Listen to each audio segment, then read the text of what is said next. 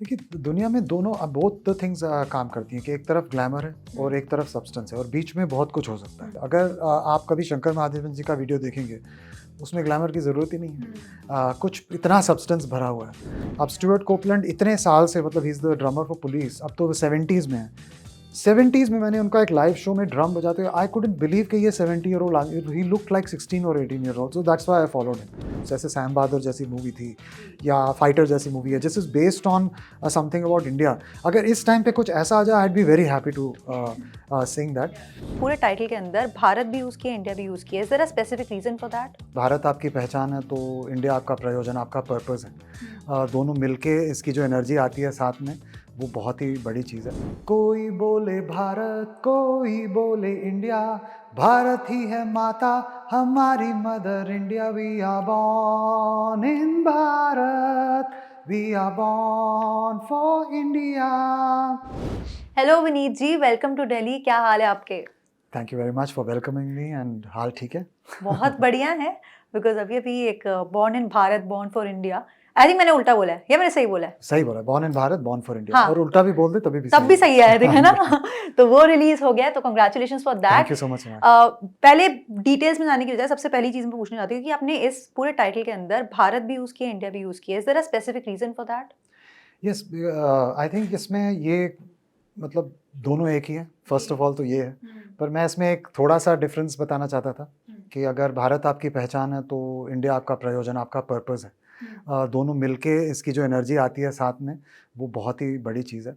And गाने में जब मैं ये गाना लिख रहा था, मुझे लगा कि इस इन दोनों चीज़ों को एक साथ बोलने से थोड़ा मतलब लोगों को ज़्यादा समझ आएगा और ज़्यादा फील होगा। इसमें एक लिरिक है जो मैं बोलना चाहूँगा, विच इज़ के भारत ही हमारी माता, यही हमारी मदर इंडिया। तो एक्चुअली दोनों में एक ही बात है। अगर आप माँ को किसी नाम से भी पुकारो, चाहे भारत पुकारो या इंडिया पुकारो, एक ही बात है। सो इंस्पिरेशन वहाँ से आया टाइटल के लिए। पर जो गाने का जो जो मीनिंग है और जो उसका जो फोकस है, वो है on all the hard working Indians. मतलब जो हमारी पब्लिक है रिपब्लिक में, जितने मेहनती लोग हैं इस कंट्री के, और ये सारे मेहनती लोग जिसमें हम भी गिने जाते हैं, इतनी मेहनत करते हैं जिसकी वजह से देश आगे बढ़ रहा है। तो उनकी प्रशंसा में और उनको थैंक यू बोलने के लिए ये गाना लिखा गया है। अच्छा, एक और चीज़ है कि म्यूजिकल आर्टिस्ट बहुत सारे हैं, सबका एक अलग तरीका होता है अपना गाना, अपने म्यूजिक को प्रेजेंट करने का। बट व्हाई इज इट कि आपका पर्सपेक्टिव सॉन्ग्स को लेकर एंड देन जिस तरह की प्रेजेंटेशन आपकी वीडियोस में होती है, that is so different. Were you always like this? I think it's important to first of all मतलब कि know that you are different and then how to execute that. तो इट्स अ वेरी क्राउडेड, मतलब बहुत ही इतने सारे musicians हैं, इतने सारे गाने हैं, there are so many types of music and genres and musicians. So in order to stand out or मतलब to do something different, कुछ अलग तो करना ही पड़ता है, right? So I think my training in music is more from the global stuff that I was doing for all the chart toppers and all those things that have happened. So उससे क्या होता है कि you have to do a song in every genre, like rock, pop, hip hop, country, सब किया है वो वहाँ पे। So when I came to India with that mindset already कि I have to choose something, कोई genre जिसमें मतलब एक तो मैं I can express it well and it should be something from my heart, but it should not be also so crowded that I get lost. So I thought patriotic pop, or I like to call it deshi pop, जो देश के हित में गाना बनाया गया हो, that will give me a chance to be different and will also allow people to feel that different energy, and maybe listeners also will feel different after listening to a whole lot of other stuff that is there on their playlist. Maybe this will cause them to feel something new and feel something different. अच्छा, सिर्फ इस गाने के लिए नहीं, but मैं आपके बाकी सारे सॉन्ग्स की बात भी करूँ या उनकी वीडियोस की बात भी करूँ, तो हमने एक चीज़ फॉलो की है और नोटिस की है as viewers, as audiences, and हमें पसंद भी आई है एज फैंस, ये गलत नहीं है कि ग्लैमराइज बहुत किया जाता है म्यूजिक वीडियोस को लेकर। जब म्यूजिक वीडियो की बात होती है तो स्पेशली अगर मैं इंडियन ऑडियंस को लेकर स्पेशली यहाँ बात करूँ, तो एक अलग ही ऑब्सेशन है सबकी कार से, हॉट गर्ल से, और इस तरह की चीज़ें बहुत आती हैं कि ग्लैमर क्वेश्चन बहुत ज़्यादा होता है। व्हाई इज इट कि आप उस चीज़ को नहीं यूज करते आए ज़्यादा? देखिए दुनिया में दोनों बोथ द थिंग्स काम करती हैं कि एक तरफ ग्लैमर है और एक तरफ सब्सटेंस है और बीच में बहुत कुछ हो सकता है। अगर आप फॉरेन आर्टिस्ट को भी कोई देखें, या अब जैसे अगर आप देखिए, अगर आप कभी शंकर महादेवन जी का वीडियो देखेंगे उसमें ग्लैमर की ज़रूरत ही नहीं है। कुछ इतना सब्सटेंस भरा हुआ है। तो जिन जिन लोगों से मुझे प्रेरणा मिली है वो ऐसे लोग हैं।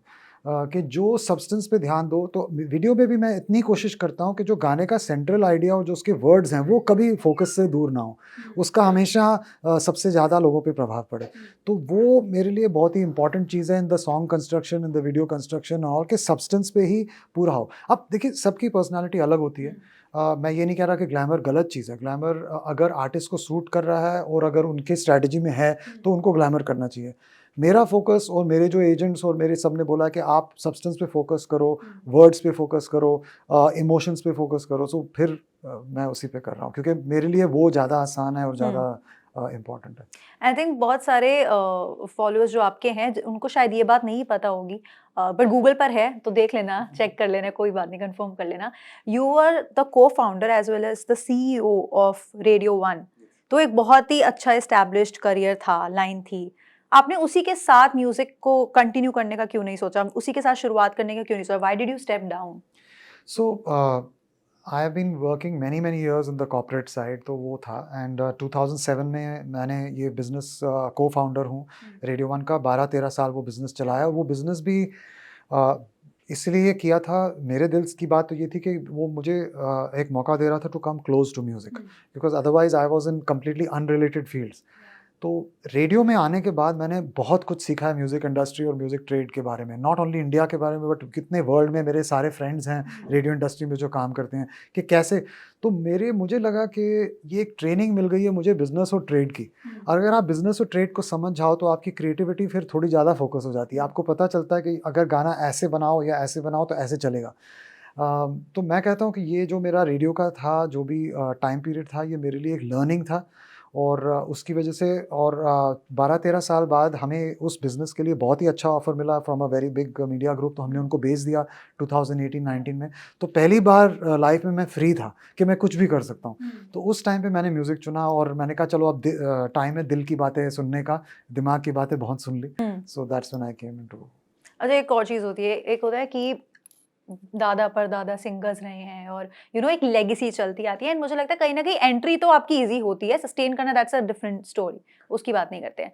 लेकिन आप you didn't have that background पहले से। जैसे आपने खुद बोला कि आप रेडियो में थे, आप काम करते थे, कॉर्पोरेट सेक्टर बन जाते बिकॉज़ आप जिस लेवल पर थे, इट्स नॉट लाइक कि आप डेली बेसिस पे कंटेंट में इन्वॉल्व्ड हो और वो चीज़ हो रही है, एंड यहाँ पर आकर आपको एज़ इंडिपेंडेंट आर्टिस्ट खुद को लॉन्च करना था। तो अगर मैं आज के टाइम की बात करूँ, what do you think are the disadvantages as well as the perks of being an independent artist today?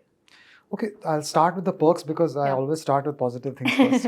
Yeah. So the part about independent artists is in the word independent. I think you can be free to work in whatever way you want, अपने pace पे, अपनी speed पे, जो आपके मन में बात आ रही है, whatever you want to convey, all those things are in your hand, right? But along with freedom क्या होता है कि जो the disadvantage of that is कि जो आर्टिस्ट या फिल्मों के लिए गा रहे हैं, जो लेबल्स के ऊपर हैं, they have a advantage because they have large organisations उनको बैकअप कर रही हैं। तो ये तो इंडिपेंडेंट म्यूजिशियंस के लिए हमेशा रहेगा। पर ये एक चीज़ जो मुझे इंडिपेंडेंट आर्टिस्ट की लगती है कि इंडिपेंडेंट आर्टिस्ट जो है ना, वो एक ही चीज़ के ऊपर डिपेंड करता है कि ऑडियंस लाइक के ऊपर, कि उसका फुल मतलब उसका जो फुल फोकस है और उसका जो फुल एफर्ट है कि किसी तरीके से ऑडियंस मेरा म्यूज़िक पसंद कर ले। मुझे वो फोकस बहुत अच्छा लगता है क्योंकि जब आप कहीं और से कर रहे हो, मतलब इन अदर वे, फिल्मों में music is one part of it, it is not everything. अब वो उसमें बहुत सारे डायमेंशंस हैं। और अगर लेबल का भी आप देखें तो आपकी मार्केटिंग हो रही है, आपकी प्रमोशन हो रही है, फिर आपको लाइव शोज़ के लिए जाना है, फिर ये सब है। पर इंडिपेंडेंट म्यूज़िक में जो एक उसका जो मज़ा है कि वेयर आप पूरा फोकस ही आपका है और आप दिन भर यही सोचते रहते हो कि मैं गाना बनाऊं तो लोगों के दिल को टच करना चाहिए। मतलब वो जो एक डायरेक्ट कनेक्ट है विद द ऑडियंस, वो मुझे मुझे अच्छा लगता है। तो while that is some people से कि वो डिसएडवांटेज है, मुझे लगता है for a growth of an artist वो सबसे बड़ी इंपॉर्टेंट चीज़ है और वो कभी उसका फोकस नहीं हटना चाहिए। और ये भी रील्स एरा चल रहा है, आपको पता ही है, शॉर्ट्स रील्स पहले इंस्टाग्राम पे था, अब यूट्यूब पर आ गए शॉर्ट्स।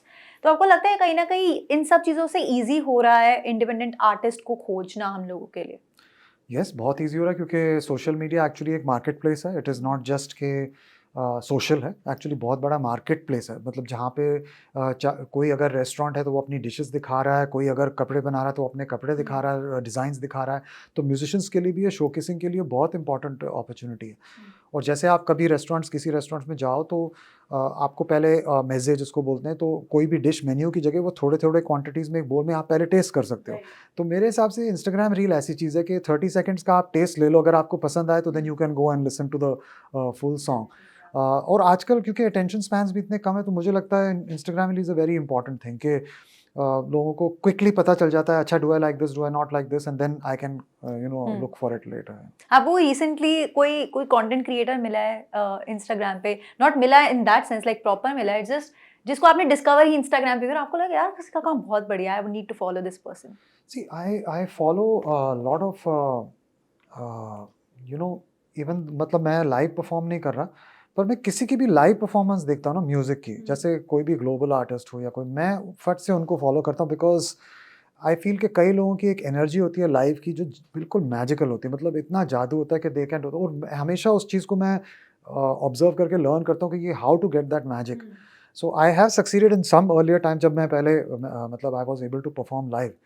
तो जैसे मैंने शंकर महादेवन जी को जब मैंने फॉलो किया, मैंने इसलिए नहीं फॉलो किया क्योंकि ही शंकर महादेवन, बट जब एक लाइव परफॉर्मेंस उनका देखा, मुझे लगा माय गॉड वाओ। अब स्टुअर्ट कोपलैंड इतने साल से, मतलब he is the drummer for police, अब तो वो 70s में है। 70s में मैंने उनका एक लाइव शो में ड्रम बजाते हुए, आई कुडंट बिलीव कि ये 70 year old, he looked like 16 और 18 year old, so that's why I followed him.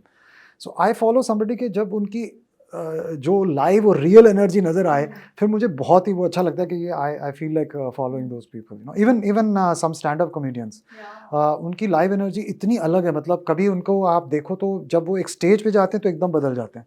So that those people I follow because their live energy is fantastic. Okay, अच्छा आपने एक हमें एक्सपीरियंस दिया था, that was a very different experience and very unique. किसी ने expect नहीं किया था कि ऐसा कुछ होने वाला है, वर्ल्ड्स फर्स्ट म्यूजिक मल्टीवर्स की मैं जो बात कर रही हूँ। How did that idea come up, और कैसे सोचा, कैसे लेकर आए to put together everything in one place? So music में क्या हो गया कि it's become a commodity, you know.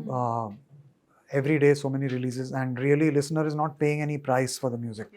Say first used to buy CDs for 400 rupees or something, so now you're not paying anything, and it becomes difficult for a musician to actually then earn properly, especially an independent musician. If you don't earn, you can't sustain it, you know. So I started this experiment which worked with the before the multiverse. मेरी एक album थी 9, तो I wrote 9 thriller stories in the form of a book.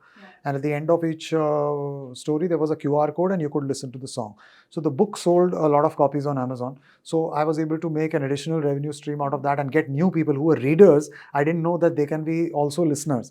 So that expanded the market, you know. So the same thing when ये Run Run Run जो मैंने गाना बनाया, जो multiverse की बात कर रहे हैं, I thought कि कुछ young audience and kids have really loved that song. तो उस टाइम मेरा focus था कि let me do something for very active people, because the song was about running. तो स्कूल्स में भी काफ़ी उसको प्रमोट किया। सो आई फेल्ट कि इनको कॉमिक सुपर हीरो अच्छा लगेगा, so I created a super hero character called Runstorm, उसकी कॉमिक बनाई, and therefore the whole multiverse around that thing. So that really work because the comic book sold to the kids. The gaming rights of that thing have been bought by a company now to make that into a game, and the song के rights हमने काफ़ी events के लोगों को दिए हुए हैं जो भी running के events करते हैं। In fact Milind Soman ji also ran to that song.